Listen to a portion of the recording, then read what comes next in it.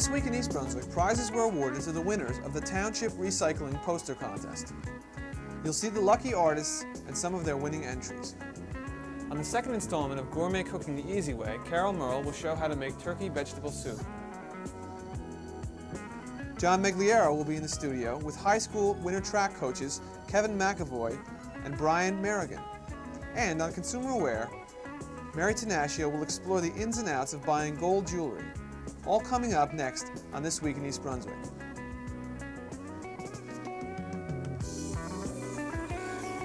If you'd like to learn more about how the township uses your tax dollars, tune in to Channel 8 this Saturday morning from 9 till noon for the Township Budget Hearings, cablecast live from the library. This Saturday, the Township Council will hear presentations from the Department of Law, the Municipal Clerk, the Department of Administration, and the Department of Public Safety. If you missed the Saturday morning cablecast, the hearings will be shown again on Wednesday evening, February 8th at 7. The second and third budget hearings will take place on Thursday evening, February 9th, and on Saturday, February 25th. These will also be cablecast live. All regularly scheduled Channel 8 programming for those hours will be preempted. For the month of January, the walls of the library have been covered with posters, all with the same message: conserve to preserve East Brunswick, recycle. They were displayed as part of a township and statewide effort to promote recycling. This Saturday, recognition was given to the many young poster artists from the high schoolers on down for their help in this effort. Betty Borofsky, co-chairperson of the East Brunswick Recycling Committee, explains more. Actually, the Recycling Committee is a group of volunteers, as John said, and we got together because we were concerned about our country, our land, and specifically East Brunswick. This is where we live. This is where we hope to live a good long time. This is where we hope to keep it good, and recycling will help. That's part of our poster contest with education in a way. Your poster message is recycle, and when we put that poster out and publicize that, we hope we're getting word out to various other people. Mayor Fox presented the grand prize and second place awards. It's clear from the posters that our children understand what recycling is about. And I think that if we as adults don't have that message yet, this is one time that we should follow the lead of our children and get into this. It's going to be very important, not only in East Brunswick, but Middlesex County and the state in the coming years. And it's something that we all need to understand and understand the reasons for and do. So that I hope that when you leave here, not only will you hear what we've said, but you'll tell other people about it, because it is a very, very important issue. And with that, I'd like at this time to present the grand prize in the poster contest, which is for Ulrika Steniskog.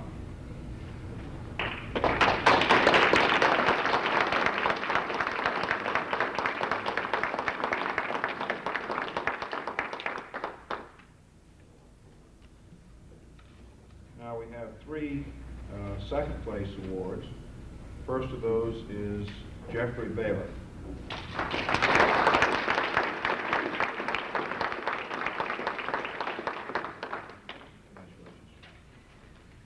And I should mention that Ulrika is a senior at East Brunswick High School. Jeffrey is a fifth grader at Bound Monroe School. The next award is Stephen Silvato, who's in the 9th grade at Hammershul Junior High.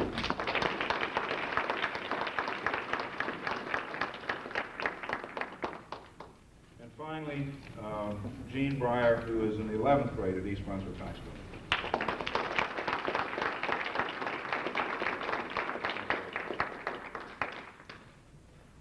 Thank you. Later in the program, Kenneth Koppel of the East Brunswick School System, co-sponsors of the contest, presented special recognition awards. Betsy Borofsky says the Recycling Committee plans to hold the contest again next year.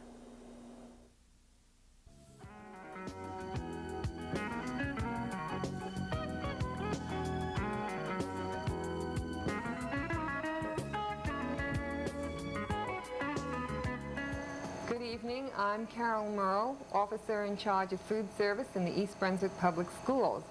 Welcome to Gourmet Cooking the Easy Way, and tonight we're going to feature in our Chittick kitchen homemade soups. I wanted to introduce you to Mrs. Locaster, who did the deboning 2 weeks ago with the turkey, and remember we said at that time we were not going to throw this carcass away. Now we're going to show everyone what you did with this carcass, Doris. You broke it in half so that it easily fit in a 12-quart stock pot, which is the normal size of a pot at home. We didn't use any of our big pots that we have in our kitchen. And we put it in water, and we boiled it. And at first boil, we threw away that first water. Right. Then we put the carcass back in the second time, and so we have a clear broth. Right. Going to put the carcass right into the cold water, 12 quarts. Don't fill it up so it won't boil over. Then we're going to boil this once, then discard that and start all over again so that you have a nice clear broth. After about an hour and a half of simmering, the stock will be beautiful, ready, and appetizing. The bones will be inside. And I'm going to take the bones out. And it's very easy then to pick them apart and have the meat come right off the bone. Chop it up, put it back in the broth.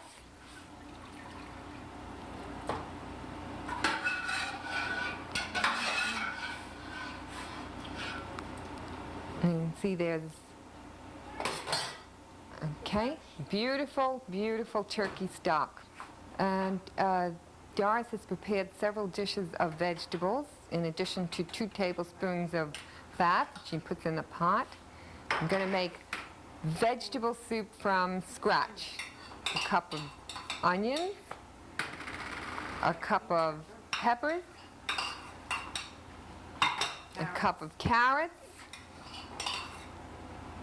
a cup of celery with the tops, notice, the green top. She's using cabbage and lima beans and green beans and diced potatoes. You saute the whole. On the stove with your stock. In this case, you can either use the turkey stock or you can use a beef base made from a beef bouillon. And you have a delicious soup. If you need to thicken the soup, this is what we do in the schools. We use some instant mashed potatoes, just a little bit, to thicken your soup. And it gives us a good flavor and gives you another vegetable in the soup. You simmer this for an hour, Carol. And this will take about an hour on the stove. And the children here at Chittick School enjoy Mrs. Locaster's soup very much. This takes about an hour simmering on the stove. If you would like this recipe, call my office or phone the studio and we will be glad to send you a copy. It's delicious soup and the children here at Chittick School really love it. Don't miss Lanford Wilson's 5th of July, a new exciting production at Playhouse 22, 210 Dunham's Corner Road in East Brunswick. Directed by Chick Moskowitz and produced by the East Brunswick Community Players, the 5th of July is a comedy drama and will run Thursday, Friday, and Saturday nights and Sunday matinees through February 26th.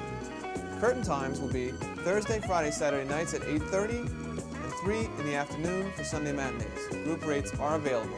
For reservations, call 254-3939. Now let's join John Megliero in the studio. Hi, I'm John Megliero for This Week in East Brunswick. This will be the first in a series of little programs we'll be doing with the winter coaches from East Brunswick High School. And tonight we'll be talking about winter track. And we're pleased to have with us Kevin McAvoy and Brian Merrigan, winter track coaches at East Brunswick High School. Gentlemen, welcome to This Week in East Brunswick. Winter track is off to a super start. How come? Brian? Okay, I'm sorry. You want me to start? Yeah. Okay. Yeah, we've been having a pretty good year. We've been lucky so far. No injuries, but we've, you know, made sure of that because of the training schedule we set up. Thus far, we've competed. The girls' teams only had 2 dual meets because of the weather. Okay. Okay, but we've gone to a number of invitationals to sort of fill in the schedule. Some pretty good ones at that. Our most successful team today is probably the hurdle team. Okay. And Coach McAvoy here has been handling the hurdlers, both boys and girls. At the state meet, they finished 4th place in the Group 4 championship. It was pretty respectable. Great. Sure. They're ranked about 3rd in the state right now as far as their times go. And the 4 girls on the team, it's only one senior there, Michelle Amari. The other 3 girls are all juniors, Janet Tracy, Helene Kroll, and Dawn Borchell. Brian, before you go any further, Sure. I just want to mention the fact that you're taking over for Pete Kaznowski, and this is your first year at East Brunswick High School, am I right? Yeah, this is my first year here at East Brunswick. Yeah, I've coached previously. I was the head boys coach at Metuchen 3 years, and before that I coached at Seton Hall University for a bit as an assistant. Is this your first time coaching girls? This is, at Metuchen, I had the girl sprinters and shot putters under my control. Yeah. But yeah, it's the first time I actually had to run a girls' team. And quite frankly, it's been a revelation. It's been quite an excellent experience. Great. You started to mention some of your team, if you wouldn't mind finishing. Sure. Some of the other girls I really like to make note of. Best way probably to do it is a bunch of them, according to the relay teams we've been running so far. Aside from that hurdle relay team, we've also had good success in the mile relay. Dawn Borchell, the hurdler, is also on that squad, along with a few other juniors. Jackie Price, Lainey Rosenberg's run on that team occasionally, and Sharon Walcott, who also runs the half mile along with the quarter mile, and our senior on that team is Bridget Cotter. And she's doing a great job for us. We have some distance teams that have been running as a distance medley unit. We're kind of thin there in the distance area right now. We have a lot of young girls, first year out, they'll do a good job in the future, but right now the main distance, the distance medley team's been made up of Michelle Edgecombe, who's a 10th grader, Kathy Fernandez, an 11th grader, and Jennifer Strumfeld, a 10th grader. Jennifer, incidentally, is a part of our sprint medley team as well. She runs the half-mile leg on that team, along with 3 other 10th graders. Young team. 4 10th graders. And at the state meet, they really shocked us. They finished first in their heat, which placed them 4th place overall in the state championship. Great. With four 10th graders, that's quite a feat, I think. The girls did a great job, really. That's super. Let's move over to the boys with Kevin. Kevin, a little bit about your team. Right now we're looking pretty good. We're 7-0, John, in the dual meet season. Super. Yeah, and we're looking forward to winning the J. Doyle Award. So we have to pursue Madison Central and St. Joe's. Yeah.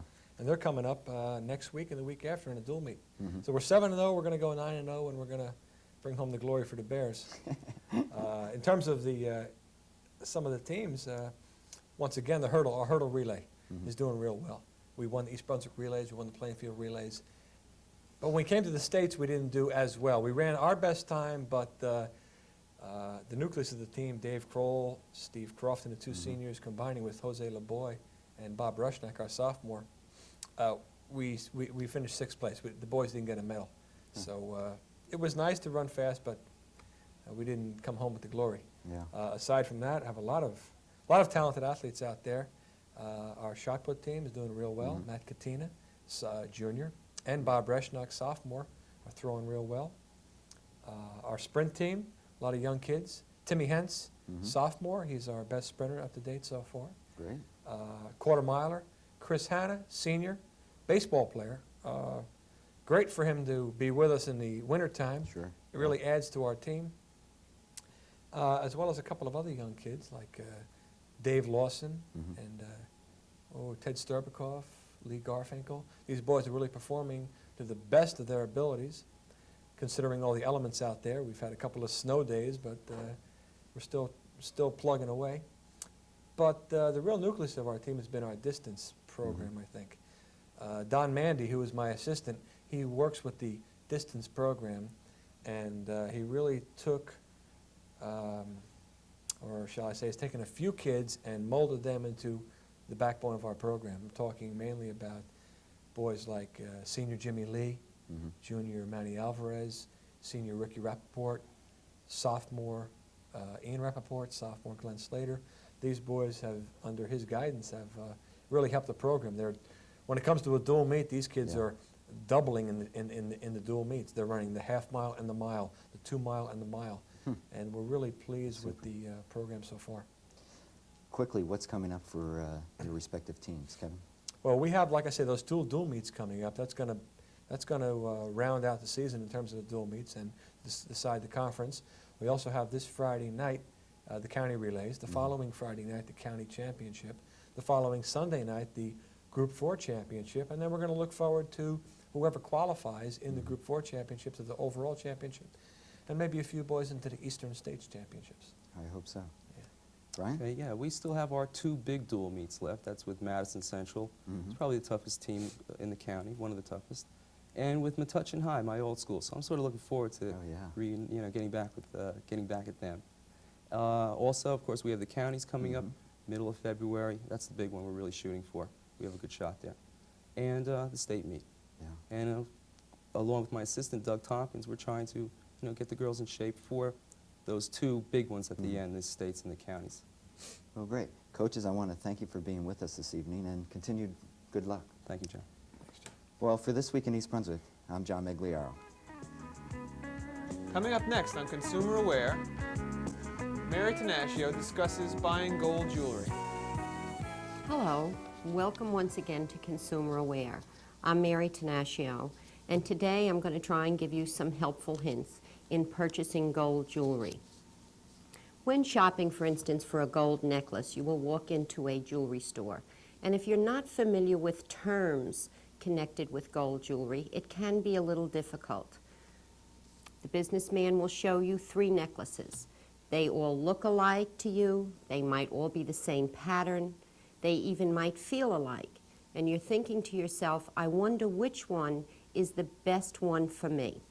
You can make choices more easily if you understand some of the terms connected with buying gold.